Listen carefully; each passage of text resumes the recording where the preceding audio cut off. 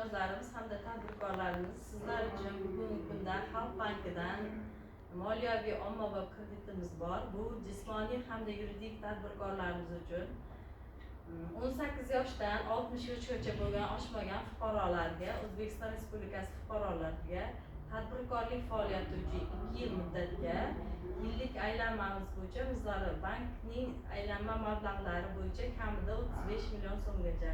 Kreditning maqsadi asosiy vositalarni sotib olish hamda aylanma mablag'ni to'ldirish. Kredit summasi 10 million so'mdan 50 million so'mgacha. Yillik aylanma mablag'i 50% dan oshmagan holda.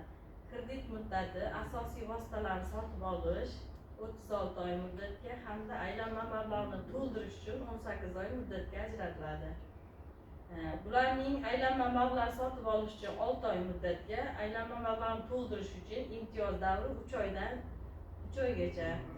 Yillik foiz stavkasi 25% dan, ya'ni ayol tadbirkorlar uchun 24% dan ajratiladi.